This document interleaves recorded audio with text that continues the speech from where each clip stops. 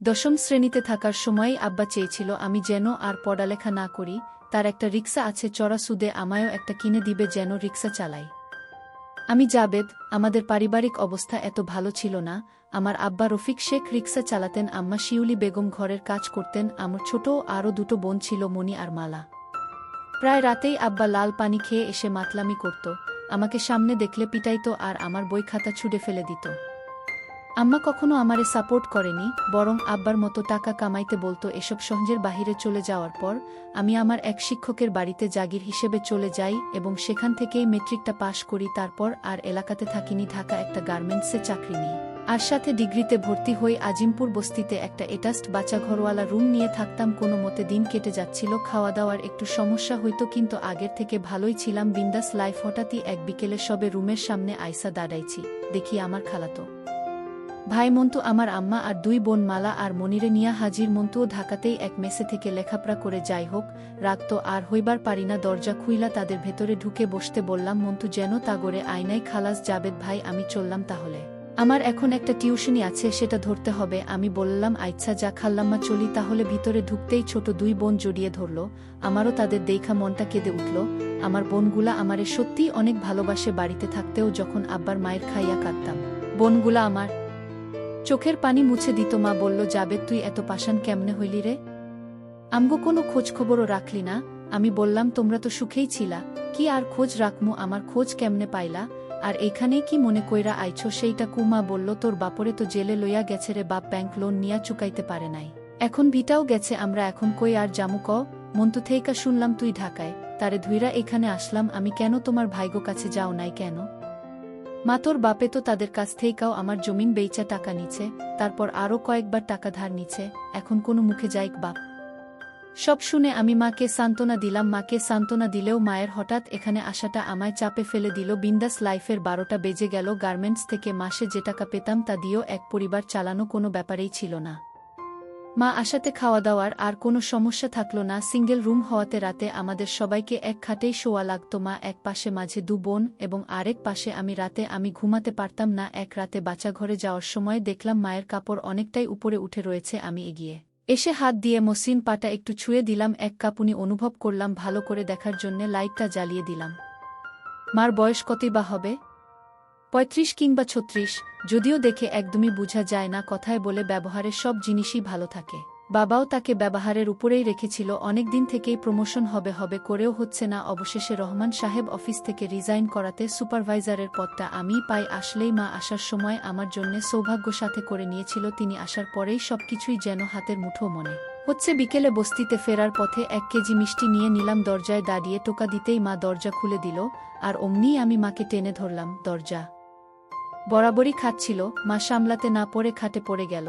আর আমি মায়ের উপর মনের মধ্যে প্রমোশনের খুশি থাকলেও এখনকার উত্তেজনাটা অন্যরকম। হঠাৎ ছোট বোন মালা মিষ্টির বাক্সটা দেখে চিৎকার করে উঠল, আর এতেই মুহূর্তটা যেন শেষে হয়ে গেল। মা উঠে পড়ার জন্যে নড়েচড়ে উঠল, আমিও তার উপর থেকে সরে গেলাম। ছোট বোন মালা আর মনি জিজ্ঞাসা করতে লাগত, ভাইজান মিষ্টি নিয়ে আসলা যে? আমি বললাম, ভাইয়ার প্রমোশন হয়েছে রে পাগলি। মা বলল, প্রমোশন কি রে? আমি বললাম, আগের থেকে উপরে উঠে গেছি মা, এখন কষ্ট কম হবে, পয়সা বেশি পাবো। মা বলল, তা হইলে তো ভালোই হইল। আচ্ছা জাবেদ, তোর বাপরে জেল থেকে ছোটানোর ব্যবস্থা কর না। আমি বললাম, কেন? তার কথা মনে পড়তেছে নাকি? মা বলল, হ, মনে তো পড়বই, আমার স্বামী না?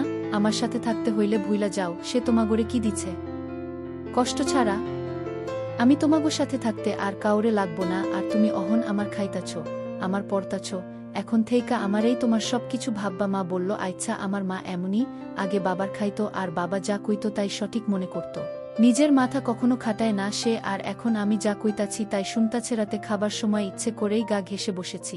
মা কিছুই বলেনি। খাওয়া শেষে বা হাতটা উরুর উপর রেখেই বিভিন্ন গল্প করতে লাগলাম, কি করে এই বস্তিতে উঠলাম হাবিজাবি।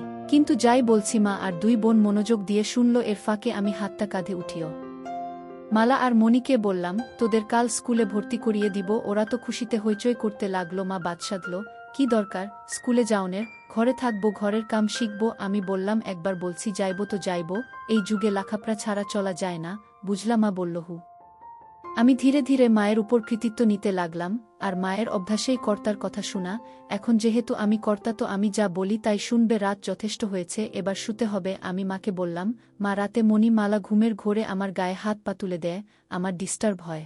এদেরকে এক পাশে দিয়ে তুমি এই পাশে শো। মা বলল, আচ্ছা ঠিক আছে বাপ। দেখলাম আমার কথাই রইল। মালা মণিকে এক পাশে দিয়ে মা আমার ডানেই শুয়েছেন। আমি ঘুমের ভান করে শুয়ে রইলাম। ঘুম তো আসছেই না। দুই বোনের খুনসুটি একসময় বন্ধ হয়ে আসলো। এদিকে আমার গরম হয়ে আছে, আমি মায়ের বিপরীত দিকে ফিরে আছি। একসময় যখন বুঝলাম সবাই ঘুমিয়েছে, তখন মায়ের দিকে ফিরলাম। মা আমার দিকে পিঠ করে শুয়েছিল। তার চুল থেকে নারিকেল তেলের ঘ্রাণ। হাত দিয়ে কাপড় উপরের দিকে তুলতে লাগলাম, মা কিন্তু একটুও নড়ল না। আমি বুঝে গেলাম মারও ইচ্ছে আছে। আমি মায়ের কানের কাছে মুখ নিয়ে বললাম, শিউলি, আজ থেকে তোমার স্বামী আমি, তোমার সব আমিই মেটাবো। মা বলল, তাহলে আজ থেকে আমি তোমার বউ হলাম। গোকাজ শেষ করে আমি মাকে জিজ্ঞেস করলাম, কি গো, কেমন লাগলো তোমার নয়া স্বামীর কাজ? মা বলল, আগের স্বামী থেকে ভালোই। আমি বললাম, তার মানে বাবা তোমায় আসল মজা দিতে পারত না? মা বলল, পারত, কিন্তু তোমার সামনে কিছুই না। তার উপর লাল পানি খেয়ে অল্পতেই হাঁপিয়ে যেত। মা বলল, আচ্ছা জাবেদ, তুমি আমারে ছাইডা যাইবা না তো? আমি বললাম, কোনো সময়তেই না। এখন থেইকা তো তুমি আমার বউ। এই মা হইলে হয়তো ছাইডা যাইতাম, কিন্তু বউরে কি ছাড়ন যায় কও? তোমার মতো আরেকটা কই পামু কও? মা বলল, তুমি তোমার বাপ থেইকাও শয়তান। সকালে একটু দেরিতেই উঠলাম। মালা আর মনির হইচই এ ঘুম ভেঙে গেল। মাকে বলতে শুনলাম, তোদের ভাইজান ঘুমাচ্ছে, এমন করছিস কেন? একদম মায়ের খাবি কইলাম। মালা বলল, ভাইজান এত বেলা অবধি ঘুমালে আমাদের স্কুলে নিবে কে? আমি আধবোজা চোখে বললাম, এই তো ভাইজান উঠে গেছি। বাচ্চা ঘরে গিয়ে গোসল করে তারপর সবার সাথে নাস্তা করলাম। মা আগেই আমাকে নাস্তা দিল, বড় ডিমটাও আমার পাতে দিল। সব শেষে আমার পাশে এসে বসল, আমিও পেছন থেকে হাত দিলাম। নাস্তা শেষে দুই বোন মা থেকে বিদায় নিল। যাওয়ার আগে মাকে টেনে ধরে তারপর বের হলো। আমিও সেই সাথে টেনে ধরে বললাম, আসছি গো বউ। মা বলল, তাড়াতাড়ি ফিরিও। মনি মালা থেকে 2 বছরের বড় ছিল, মনির ছিল 7, মলার 5 বছর। মনিকে এলাকার প্রাইমারিতে ক্লাস 2তে ভর্তি করিয়ে দিলাম। আমি ইচ্ছে করেই তার বাবা মায়ের নামের জায়গায় দিলাম বাবা জাবেদ আর মা শিউলি বেগম। আর মালার জন্যে এমনিতেই কিছু বই কিনে নিয়ে আসলাম। যেতে যেতে ভাবলাম, 2 মেয়েই যদি স্কুলে পড়ে তাহলে মায়ের সময় কাটবে কি করে। তাই মালাকে বুঝিয়ে সুঝিয়ে কিছু চকচকে বই কিনে দিয়ে ঘরে নিয়ে আসলাম। কই মা, দেখো তোমার মেয়েকে নিয়ে আসলাম। মা মালাকে রেখে দিল। আমি কিছুক্ষণ থেকেই অফিসে চলে গেলাম। গার্মেন্টসের মেয়েগুলোও সব আগুন। এদের দেখেই আমার বারবার মায়ের কথা মনে পড়ে যাচ্ছিল। অফিস শেষে মার্কেট থেকে মায়ের কিছু ছোট কাপড় কিনে নিলাম। ঘরে ফিরে মায়ের হাতে প্যাকেট ধরিয়ে দিলাম। মা মুচকি হাসল। নাস্তা বানিয়ে রেখেছিল, তা খেলাম। উল্লেখ্য, পুরের খাবার আমি গার্মেন্টের পাশের একটা ঝুপড়িতেই খাই। মালা আর মনি একজনের পিছনে লেগেই রয়েছে। বুঝলাম আরও বড় একটা বাসা দরকার। রাতে খাওয়া শেষে মনি কিছুক্ষণ বই নিয়ে গুনগুন করে ঘুমোতে গেল। মা আমার পাশেই শুয়েছিল, তার মাথাটা আমার ডান হাতের উপর ছিল।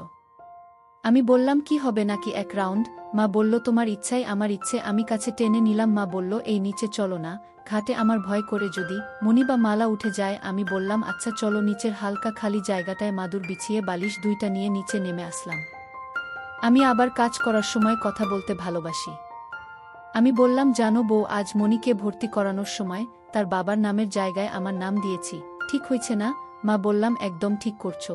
তুমি মনির মার স্বামী হইলে তার আব্বাই তো হইবা। আমি বললাম, এখানে থেকে আরাম পাইতাছি না, কাইকাই নতুন বাসা দেখতাছি।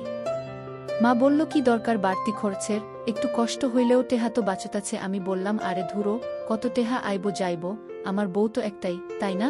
মা বলল, কয়দিন পর যখন নিজে বিয়া করে ফেলবা তখন আর এই বউয়ের কথা কি মনে থাকবো? মায়ের এই কথা শুনে আমি গতি বিডিয়ে দিলাম। সকলে ঘুম থেকে উঠতে অনেক দেরি হয়ে গেল। মা আমার পাশে ছিল না, অনেক আগেই উঠে গিয়েছে। মনি স্কুলে যাবে তাই জ্ঞান করছে। আমি কেন এখনো উঠছি না, তাকে স্কুলে দিয়ে আসতে হবে। মালা মাকে জিজ্ঞাসা করছে, মা, ভাইজান কেন নিচে শুইছে? মা বলল, তোর ভাইজানের গরম বেশি, এই কারণেই নিচে শুইছে, যাতে ঠান্ডা হইতে পারে। তাড়াতাড়ি গোসল সেরে নাস্তা করে নিলাম। এমনিতেই দেরি হয়ে গিয়েছে, তাই আর দেরি করলাম না। মনিকে নিয়ে বের হয়ে আসলাম। বোনকে স্কুলে পৌঁছে দিয়ে আমি অফিসের দিকে চললাম। আমার বস হেলাল সাহেব, সেই এক বাজ লোক, তার রুমের পাশ দিয়ে যাওয়ার সময় হাসিঠাট্টার আওয়াজ পেলাম। হয়তো কোনো মেয়ের সাথে রসালো আলাপ করছে। আমি আমার প্রোডাকশনের কাজ দেখতে লাগলাম। মেয়েদের কাজ বুঝিয়ে দিয়ে ডেস্কে গিয়ে বসলাম। ডেলিভারির ফাইল দেখতে দেখতেই সময় কেটে গেল। আজ একটু তাড়াতাড়ি করে অফিস থেকে বের হলাম। একটা বাসা খোঁজা লাগবে।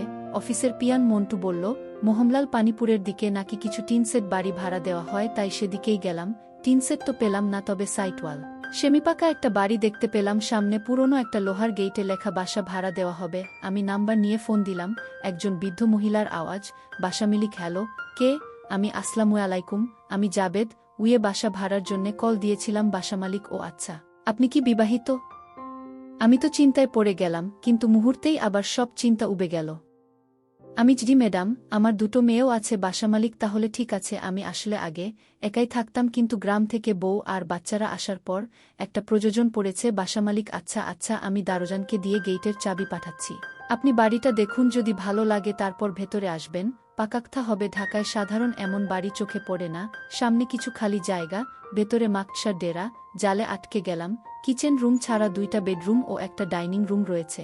2 বেডরুমের একটা এটাস্ট বাচ্চাঘর আছে, আর ডাইনিং রুমেও আরেকটা বাচ্চাঘর রয়েছে। সিম্পলের মধ্যে এই বাসাটাই আমার পছন্দ হয়ে গেল। দারোজান আমাকে দোতলা নিয়ে গেল। দোতলার ডান পাশের ইউনিটে মহিলা থাকেন। ভিতরে যেতেই খুবই বিনীভাবে আপা সম্বোধন করে সালাম দিলাম। আমার চাপ্পাদারি অবশেষে কোনো কাজে আসলো। আমাকে দেখেই তিনি সোফার দিকে ইঙ্গিত করে বাসতে বললেন: কি করেন আপনি? একটি গার্মেন্টসের সুপারভাইজার। আপনার পরিবারে কে কে আছে?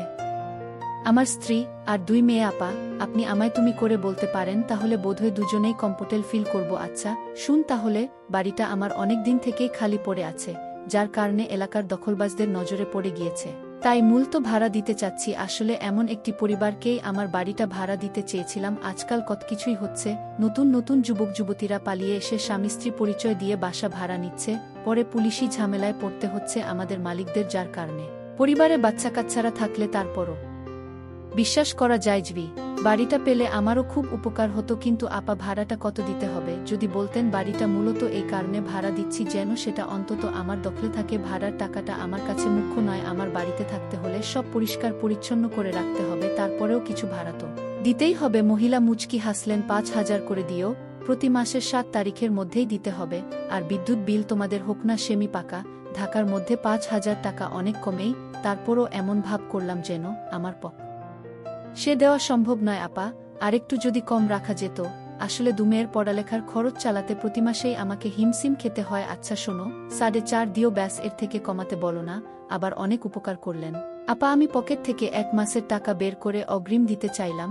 মহিলা নিতে রাজি হয়নি। অ্যাডভান্স লাগবে না, তুমি বরং তোমার স্ত্রী সন্তানদের নিয়ে কালকেই শিফট হয়ে যেও। আমি বাবুলকে বলে দিব ঘর পরিষ্কার করে দিতে। বাবুল মালিক আপার ঝাড়ুদার ছিলেন। আমি বিদায় নিয়ে চলে আসলাম মোহামলাল পানিপুর থেকে সোজা আজিমপুর। মা দরজা খুলে দিতেই ক্লান্ত দেহটাকে বিছানায় এলিয়ে দিলাম। মায়ের ডাকেই তন্দ্রাটা ভেঙে গেল। মা খাটে ঝুঁকে আমায় ডাকছিল। ঘুমিয়ে পড়লা নাকি? ভাত খাবা না? আমি মায়ের এক হাত ধরে টান দিতেই সে নিচে এসে পড়ল। দ্রুতই আমার হাত ছাড়িয়ে নিয়ে উঠে পড়লেন মণি আর মালা। ভাত খাচ্ছিল। তরকারি গরম করেছি, ভাত খেয়ে নেও বাড়ো তুমি। আমি হাত মুখ ধুয়ে বোনদের সাথে যোগ দিলাম। মণি বলল, জানো ভাইজান, আজ স্কুলের ম্যাডামে একটা কবিতা মুখস্থ করতে দিচ্ছে, তাই নাকি? তুমি কি মুখস্থ করছো? হুম। ভাইজান, তুমি শুনবা নাকি? মাঝখানে মা ধমকে উঠল। মণি, তোরে কইছি না খাবার সময় বেশি কথা না বলতে। মণি আর কথা না বলে ভাত খেতে লাগলো। মালাও চুপচাপ। বুঝলাম আমি এ ঘরের কর্তা হলেও করতি, কিন্তু মাই। আমি খাওয়া শেষ করে শুয়ে রইলাম। মণি এবার আমায় তার কবিতা শোনাতে থাকলো। এদিকে মা খাটের এক কোণে উল্টো দিকে ফিরে চুল আঁচড়াচ্ছিলেন। তার চিকন কোমরটা লাইটের আলোয় হেব্বি দেখাচ্ছিলেন। ছোট বোনের কবিতার দিকে মনেই দিতে পারলাম না। এর মধ্যে মণি আরেকটা কবিতা পড়তে গেল। আবার মা বাদশাধেন। অনেক রাত হয়েছে, সকালে আবার স্কুলে যেতে হবে, ঘুমো এখন। মালা তার ওয়ার্ড বুকের ছবিগুলো দেখছিল। সে নারাজ। মা, আমার তো স্কুল নেই, আমিও ঘুমাবো। ঘুমাতে হবে। সে বই রেখে চোখ বুজে রইল। মায়ের দিকে ইশারা দিতেই মা লাইট অফ করে আমার পাশে এসে শুলো। সে বোনদের দিকে ফিরে শুয়েছে। মা ধাক্কা দিচ্ছে এখনই যাতে কাজ শুরু না করি, কারণ বোনেরা হয়তো এখনও ঠিকমতো ঘুমায়নি। শিউলি, কাল থেকে আর আমাদের কষ্ট করতে হবে না। নতুন বাসা দেখেছি। শিউলি আমার মায়ের নাম। মা বলো, কি দরকার ছিল আরে এভাবে? আর কতদিন? মা, তা ঠিক কইছো, বাচ্চাগুলা দিন দিন বড় হইতাছে। এখন নতুন বাসাতে কিন্তু তুমি আমার বউ হিসেবেই যাবা, আর মালা আর মণি আমার মেয়ে। মা, মনে এইটা কেমনে সম্ভব? আমি জানি না কেমনে সম্ভব, কিন্তু তুমি সম্ভব করবা মা। আমি না হয় তোমারে স্বামীর নামলাম, কিন্তু মালা, মণি কি তোমাকে তাগো বাপ ডাকবো নাকি? ডাকবো, আর তুমিই ব্যবস্থা করবা যেমনেই পারো। আজ সবার আগে আমার ঘুমাই ভাঙল। দেখলাম মা পাশে শুয়ে আছে। কি মায়াবী এক নারী! চেহারাতেই দুনিয়ার সব মায়া এবং সরলতা। মায়ের সবচেয়ে বড় গুণ হল ঘরের কর্তার উপর বিশ্বাস রাখা। আগে মায়ের উপর আমার অনেক রাগ জমেছিল। কেন এই মহিলা কখনো বাবার আচরণের প্রতিবাদ করল না, আজ বুঝতে পারছি কেন করেনি। যার কাছে সে রাতের আধারে বশ্যতা স্বীকার করে নিয়েছিল, যার সাথে সে প্রতিরাতে রতিক্রিয়ায় মতে উঠত, তার কথার উপরে সে কথা বলতে শিখেনি, তার কথাই সে মাথা পেতে নিয়েছিল। হোক সেটা ভুল কিংবা শুদ্ধ, লক্ষ্মীটি সকাল হয়েছে, উঠবা না? মা ধীরে ধীরে চোখ খুলতে লাগল। মা, কি ব্যাপার আইসকে, তুমি এত সকালে কেমনে উঠলা? তেমার টানে গো শিউলি। মা, হইছে সকাল সকাল, আবার শুরু কইরা দিও না সরো, আমারে উঠতে দেও। আমিও উঠে গিয়ে ফ্রেশ হলাম। মা এই ফাঁকেই মালা আর মনিকে জাগিয়ে দিল, তারাও একে একে দাঁত ব্রাশ করে ফ্রেশ হয়ে নিল। এরপর মা আবার নাস্তা বানানোর কাজে হাত দিলেন। আসলে প্রতিদিন তো সকালে ঘুমেই থাকি, অনেক কিছুই লক্ষ্য করা হয় না। নাস্তা বানানোর সময় বিন্দু বিন্দু ঘামে তাকে আরও অনেক বেশি কাছে টানে, সাহায্যের ছুতো বারবার ছুঁয়ে দিচ্ছিলাম। বোনেরা তো তাদের নিজেদের মধ্যকার খুনসুটিতেই ডুবেছিল। অবশেষে নাস্তা সারলাম, মাকে বলে রেখেছি কাপড় চোপড় আর বাসন কোসন সব যেন গোছগাছ করে রাখে। আমি এসে ফ্যান আর খাটটা খুবলো। মনিকে স্কুলে দিয়ে আমি অফিসে চলে গেলাম। অফিস থেকে আজ হাফ শিফটেই বের হয়ে আসি। আসার সময় হেলাল সাহেবকে বলি, বস আসলে যেন সামলে নেন, বের হয়েই পাশের মার্কেটে যাই। মায়ের জন্যে একটা বোরখা দেখতে থাকি। মা যেহেতু হলদে সাদা রঙের, তার জন্যে কালো রংটাই পারফেক্ট মানাবে। মারেরই একটা বোরখা নিলাম এবং এক জোড়া নতুন জুতো, কিছু চুড়ি আর হালকা একটা বড় মেকআপ বক্স মালা। আর মনির জন্যেও নতুন জামা আর জুতো কিনি। মা বলেছিল তার জন্যে নিরোধক বডি কিনতে, কিন্তু আমি কিনলাম না, কারণ এক সিনিয়র ভাই বলেছিলেন বডি খেলে নাকি শরীর মুটিয়ে যায়। আমি চাই না আমার মা প্লাস বউটা মুটিয়ে যাক। সব শপিং করা শেষে ঘরে ফিরে যাই। মা অনেক খুশি হলেন, মালাও খুশিতে আত্মহারা। মা ঘরের সব কিছুই গুছিয়ে রেখেছিল। আমি স্কুল থেকে মনিকে নিয়ে আসলাম, তারপর সিলিং ফ্যান ও খাটটা খুলে রাখলাম। মিনি ট্রাক ড্রাইভার রনিকে বলে রেখেছিলাম, ফোন দিতেই চলে আসলো। সব উঠিয়ে নিলাম। বস্তিতে কেউ তেমন পরিচিত ছিল না। এখানকার মানুষকে কখন আসে কখন যায় তারই ঠিক নেই, পরিচয় হবেটা কখন। মা বোরখা পরার পর তাকে পুরোই নায়িকাদের মতো লাগতেছিল, আরও মুখে হালকা মেকআপ করার কারণে বয়সও অনেক কম মনে হয়। মনি, মালা আর আমি সিএনজি করে মোহামলাল পানিপুর গেলাম। মালিক আপাকে ফোন দিতেই বাবুলকে দিয়ে চাবি পাঠিয়ে দিল। তালা খুলে গেটের ভেতরে ঢুকতেই দেখি সেদিনের সম্পূর্ণ উল্টো চিত্র। সেদিন কেমন অপরিষ্কার ছিল, আজ একেবারেই ঝকঝকে। বাড়িটা মায়ের অনেক পছন্দ হলো। বাবুল ভাই চাবি বুঝিয়ে দিয়ে চলে গেলেন। কিছুক্ষণ পর ট্রাক আসলে সেখান থেকে রনির সাথে ধরে সব মালামাল বাহির করে নিয়ে মোটামুটিভাবে খাট ফ্যান ফিট করার পর রনি সহ আমরা টিফিনকারি করে বয়ে আনা মায়ের রান্না করা মাংসের খিচুড়ি খেলাম। ভাবি খিচুড়িটা অস্থির হয়েছে। আমি কিন্তু রনিকে বলিনি যে সে আমার বউ, কিন্তু রনি অনুমান করে নিল। এ থেকে বোঝা যাচ্ছে শুধু আমার চোখে নয়, বাকিদের চোখেও মাকে কম বয়সী মনে হচ্ছে। মা, আরও কিছু নেও। রনি, না না ভাবি, এর থেকে বেশি খেলে আর নড়তে পারবো না আমি। তোর ভাবির হাতের রান্না সত্যিই খুব ভালো হয়। আমার বউ বলে না, নিরপেক্ষভাবেই বলছি। আমি হাসতে লাগলাম। মা, হইছে হইছে, তুমি এবার থামো, খাওয়া শেষে রনিকে ভাড়া বুঝিয়ে দিলাম। সে চলে গেল। মা এরই মধ্যে ঘর গুছানোর কাজে লেগে গিয়েছেন, একেবারে জাত গিন্নি। আমি ক্লান্ত হয়ে শুয়ে রইলাম। আমার পিচ্চি বোন মনিও ক্লান্ত হয়ে আমার পাশেই শুয়ে পড়ল। আর মালা মায়ের পিছনে পিছনে মায়ের কাজ বাড়াচ্ছে। মনি, ভাইজান, বাড়িটা আমার খুব ভালো লাগছে। আমি তাই নাকি রে? আমি তাকে কাতুকুতু দিতে থাকলাম। এর ফাঁকে আমি আবার ফার্নিচার দোকানে গেলাম। স্টিলের একটা খাট প্লাস ফোম এবং একটা সিলিং ফ্যান কিনে নিয়ে আসি। ঘর গোছাতে গোছাতে মাগরিবের আজান দিয়ে দেয়। এটাস্ট রুমে ছোট ওয়ার্ড্রোবটা এবং বড় খাটটা দিলাম, আর 2 রুমে স্টিলের খাট প্লাস সিলিং ফ্যান লাগালাম। কিচেনে সিলিন্ডার প্লাস চুলা ফিট করলাম। আর সব বাসনকোসন মা রান্নাঘরে সেলের উপর গুছিয়ে রাখলো। সব টাকার উপর দিয়ে গেল। ভাগ্যিস আগ থেকেই ব্যাংকে কিছু টাকা করে রেখেছিলাম। মা অবশ্য বাড়তি খরচে বিরক্ত। তার এক কথা, কেন স্টিলের খাটটা কিনলাম? তার কানে কানে বললাম, রাতে বুঝবা। মা লজ্জায় টমেটোর মতো লাল হয়ে গেল। মাস্টার বেডরুমে ঢুকে বাচ্চাঘর থেকে আমি ফ্রেশ হয়ে নিলাম। তারপর মা ফ্রেশ হওয়ার জন্যে বাচ্চাঘরে ঢুকলো। বস্তির মতো এত কোলাহল আর শোরগোল থেকে বের হয়ে ভালোই লাগছে। অবশেষে মন মতো একটা বাড়ি পাওয়া গেল, মন মতো বিছানা। মালা আর মনি পাশের রুমে ফোমের উপর লাফাচ্ছিল। রাত 2, মাথার উপরে ফুল স্পিডে ফ্যান চলার পরেও ঘামে গা জবজব করছে। মা আর আমার দুজনেরই একই অবস্থা। কাজ করতে করতে কখন যে 3টে বেজে গেল বুঝতেই পারিনি। দীর্ঘ পরিশ্রমের কারণে ক্ষুধা লেগেছিল। আমাদের মা ছেলের মা রান্নাঘরে গিয়ে আমার জন্য কিছু সেমাই বাটিতে করে নিয়ে আসলেন। সেমাই খাবা হুমু? একটা জিনিস বহু আগ থেকেই লক্ষ্য করছি। যে দিন থেকে মায়ের সাথে প্রথম হয়েছিল সেদিন থেকেই মা আমারে যথেষ্ট সম্মান দিয়ে কথা বলে। মা আমার হাতে সেমাই দিয়ে নিজের জন্য নিতে যাচ্ছিলেন। আমি তার হাত টেনে আমার পাশে বসিয়ে দিলাম। তারপর এক চামচ নিয়ে তার মুখে দিলাম, আর পরে আবার আমি খেতে লাগলাম। বউ, তোমারে না কইছি মালা আর মিলিরে বলবা আমারে যাতে আব্বা বইলা ডাকে। মা, আমারে কি এখনো তুমি বিয়া করছো? না মা তাহলে হেরা তোমারে আব্বা ডাকতে যাইব কেন? তার মানে তোমারে আগে বিয়া করা লাগবো? আচ্ছা, কালকাই তোমারে বিয়া করমু, এখন আসো আরেক ধাপ হয়ে যাক। এই তোমার না সকালে অফিস আছে? আরে অফিস পরে, এদিকে আসো। সকালে ঘুম থেকে উঠি দু বোনের দুষ্টুমির শব্দে। আমি উঠতেই তারা চুপ হয়ে গেল। মা দেখলাম মুচকি মুচকি হাসছে। মায়ের হাসি দেখে টং করে উঠল। অতিকষ্টে নিজেকে সামলে বাচ্চাঘরে গিয়ে গা ধুয়ে ফ্রেশ হয়ে নিলাম। মা কই গো, তোমার নাস্তা রেডি? আমি আসছি। নাস্তা করতে এসে দেখি বোনেরা আমায় দেখে দমে গেল। আমিও কিছুই বললাম না, চুপচাপ নাস্তা করে উঠে পড়লাম।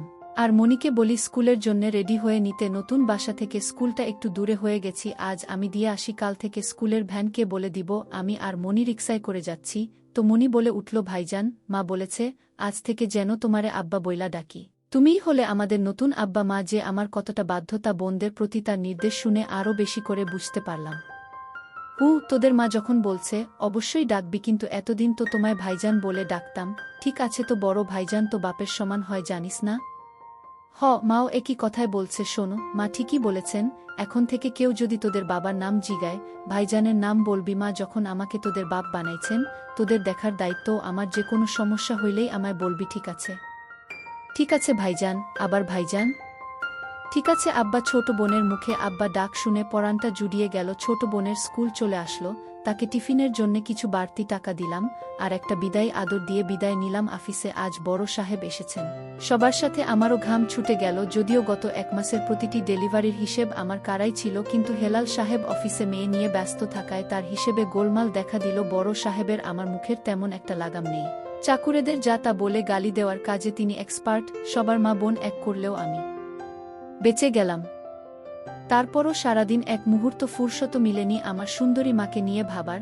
বেটা সারাটা দিন আমাকে আগামী মাসের অর্ডারগুলোর হিসেবে ব্যস্ত করে রাখল। বৃহস্পতিবারেও ফুল টাইম অফিস করে। যখন বাসায় আসলাম ভীষণ ক্লান্ত লাগছিল। ঘরে ঢুকেই হাত মুখ ধুয়ে চেয়ারে বসে পড়লাম।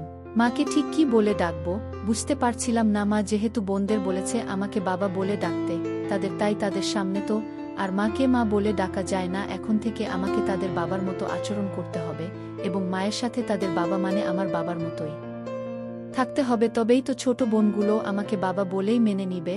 আর মা তার স্বামী হিসেবে আমার বাবা মাকে জাবেদের মা বলে ডাকত। বাবা কি তখন আর জানত যে একসময় এই জাবেদেই তার জায়গা দখল করে তার বউয়ের স্বামী হবে? মাকে মনির মা বলে ডাকতে মন্দ হয় না, দেখি কাজ হয় কিনা।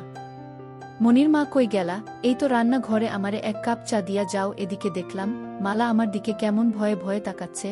আমি পকেট থেকে তার জন্যে আনা চকলেটের প্যাকেটটা বাড়িয়ে দিতেই দেখলাম তার ভয়টা দূর হয়ে গেল।